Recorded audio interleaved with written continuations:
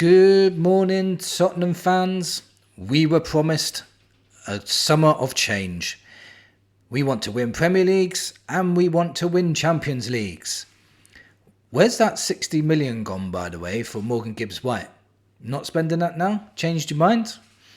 Maybe that's what's happening because nothing seems to be going on at Spurs at the moment. Maybe they're doing it in the background and they're just not telling anybody. In today's video, I want to talk about what's happening with that 60 million, what my idea of what we could use it for, what kind of player we can sign. We could literally sign them tomorrow if we wanted to, but instead we're being linked to a Leicester midfielder, we're being linked to a Bayern Munich midfielder, and we're also being linked to a Manchester City midfielder. But this time, the links seem a little bit more believable as these players are nowhere near the level of someone like Rodrigo, which hopefully none of you believed for a second, because that would never happen. Also, I have proof that the finances come before the team. There's a statement put out today, you might have already heard it, but it is dog shit, and that's your clue for what's going on. Now, if you're new here, please hit that subscribe button, hit that like button. It really helps this channel grow. I really appreciate all the support from everyone. I really appreciate it. And this channel is just growing from strength to strength. I'm on my way to 3,000 subscribers. If you've regularly watched this channel and comment on Speak to Me and you're not subscribed yet, just hit it. It's free and it does the world of good for my channel. Thank you very, very much. Now let's start with 60 million for Spurs. Now, we've got that burning in our pockets, apparently. We were going to sign Morgan Gibbs-White. That 60 million, we were going to spend it probably with add-ons as well. Now, there's a player we've been, looking at for about 5 years now, and Eberechi Eze. He has a 68 million release clause. He's a top quality, Prem-proven, brilliant midfield and can play on the left kind of forward player that we need. He's got everything we need. He's homegrown as well. What more could you ask for? You got 60 million pound burning in your pocket. Literally add 8 million to it and you've got yourself a top quality player, and everyone would forget about Morgan Gibbs-White in a split second because we would probably choose Eze over Morgan Gibbs-White anyway. So why are we not doing it? That's the question we need to ask. We need to ask the Tottenham board, why are you not going for someone like Eze when they have a release clause? Or are you frightened of release clauses now? Are you frightened that if you're going for a release clause, you might end up in court? Just don't know anymore. I don't even trust release clauses anymore. Now, let's talk about some of the players we're linked to. These are a little bit more realistic than the ones we spoke about before in the last video. So this one, first of all, is... Oh no, this is still talking about Eze. So, okay, sorry. I'll quickly read this out to you because this is another reason why we should be signing Eze. Arsenal are not prepared to pay the Eberechi Eze release clause. Again, he's available for 68 million. We have 60 million. We know we have 60 million. Why are we not doing it? I just don't understand it. And then you can tell me all day long, Eze only wants Arsenal. Has anybody actually ever heard him say that? Has anyone heard him say that? Because I've not heard him say that. I've not seen one video or one quote, him actually saying he wants Arsenal. I've only heard apparent agents and apparent news reporters and journalists all saying it. I've not heard Eze say it himself. So why don't we go in for him? If Arsenal are not willing to pay for him, and we do, there's no reason why he wouldn't join us. There really isn't. So now we're linked to Paulinho again. But for me, here's the report. Tottenham are preparing to move for João Paulinho with a bid of around 45 million euros expected to be submitted by Bayern soon. So, to Bayern, sorry. And for me, 45 million euros is around 40 million pounds, give or take. Do you think that's too high for a 30-year-old? For me, if it's a position that we need to fill, which we do, if it's a player that you think is going to improve your first 11, which I think it does, then yeah, pay it. Because at the end of the day, unless you've got someone better lined up and you pay for them instead, like Hjulmand maybe, he might be a better fit. He's younger and does just as much as Paulinho can do. But if you're not going to get any of those players, then yeah, pay the money. You know, we've only got 2 weeks now until a Super Cup final. You need to get your business sorted. You need to get it done. So for me, Paulinho, when he was in the Premier League, I think he was a brilliant midfielder. I really did. He was the enforcer. He was the guy that dictated that midfield. He was the guy that got the ball off you and started things in attack for against the opposition.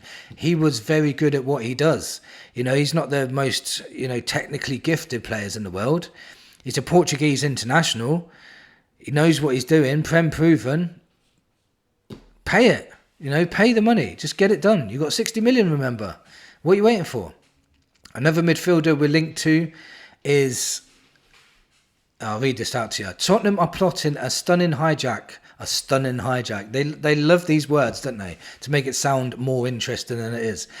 Tottenham are plotting a stunning hijack for James McAtee after Nottingham Forest had a 25 million bid rejected for the 22-year-old. The Englishman is entering his final year of his contract at the Etihad and is believed that Man City are now looking to cash in. Now, I've said in previous videos, this guy is a very talented player. Homegrown, played in the Premier League, but not too much Premier League experience, to be honest. Do you think more than 25 million for a relatively unproven Manchester City player would be too much? He plays around the same position as Maddison and Kulusevski. So we've already got 2 players already that are probably better than him, but he has potential. And again, are we going to buy a potential player again? I'm not really sure. Another player is from Leicester called El Kanous. Now, there's so many people saying he's a good player. When I watched him against Spurs, I thought he was pretty decent, to be honest. I think he was only 20 at the time. He's 21 now. He was pretty decent at the time, so he looked okay. I wouldn't say like world class or anything like that. He's another one that with potential that could be really good. He's very technically gifted, definitely good on the ball.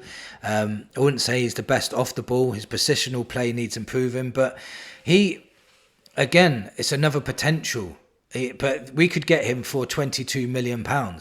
Are we going to buy a player for potential? Depends how much potential you think he's got, and will his potential rise really fast. He's got Premier League experience already, so he doesn't have to adapt to the Premier League, so that might be okay.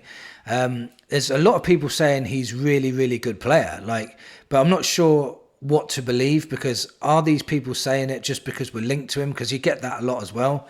I can't say I know much about him. I've just seen him play once or twice. I've seen highlights of him, obviously, but anybody can look good on highlights, so we just don't know. But again, it's potential. The only decent one of these rumours at the moment is Paulinho, because we know what he can do. Also, there's a chance that Pazuma could be going to West Ham. West Ham are interested in Pazuma.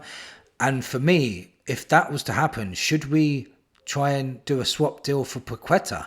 Because Paqueta is a decent player. I know he was in court for something. I can't remember what it was for. But he got acquitted of that. And now he's free to play. Could we get Paqueta in as a playmaker for us? Especially because Maddison always gets injured and Kulo's currently injured. So we do need someone there. So I don't know which one of these players it's going to be, but because we're linked to all these players, it's more than likely not going to happen, because normally it just comes out of the blue. You know what I'm saying? But I'm just reporting what I'm hearing throughout the day. So, I'm regularly checking the news all the time. So I'm just bringing it to you what they're saying. So I have now got proof that finances come before the team. Now, let me read this statement and take this in your mind. Just keep this in mind. Arsenal are revealing Gyökeres. They are showing them off with Zubimendi. Liverpool has just signed Ekitike and are now trying to get Isaac through the door as well as Florian Wirtz. You've got Manchester City signing all those players. Chelsea signing all their players. And do you know what Spurs did? Let me read this to you. And this is Spurs. We are delighted to announce a partnership with premium pet food brand Frontier Pets to become our official pre-season tour sleeve partner, official pet food partner, and official partner of our groundbreaking supporters club for dog owners, Tottenham Hotspur. Can we be any more cringe? Can we be any more against improving our team? Seriously, that's what you want to... Read the room. Do you think that's a good idea when all the fans are wanting transfers over the line and you're selling that you've got another business partner about dogs? Yeah, because we're going to be dog shite next season if you don't sort this out. I can't believe this. I really can't. Let me know in the comments what you think of that, because that is ridiculous. It really is. We want players and you're signing up dog tags or whatever that is. I can't believe it. Like, seriously, what are you doing? We've got 60 million burning a hole in a pocket and you're talking about dogs. Right, let me leave you with something funny. Something that made me laugh. Something that might not be true, but it was on a Twitter account. It might be a fake Twitter account, but it's still funny. So I'll just read it to you. So Saliba posted up a picture of himself on Twitter, on X or whatever you want to call it. And Richarlison has commented on this picture. And he said, "You look a bit skinny, bro. You should try lifting some trophies." And honestly, that really, really got me. So if that's true, I want Richarlison to stay just for that. Honestly, Richarlison is a good laugh, and it did cheer me up. And I just wanted to end this video on something funny, because otherwise we're all going to cry, because this window has been horrendous so far.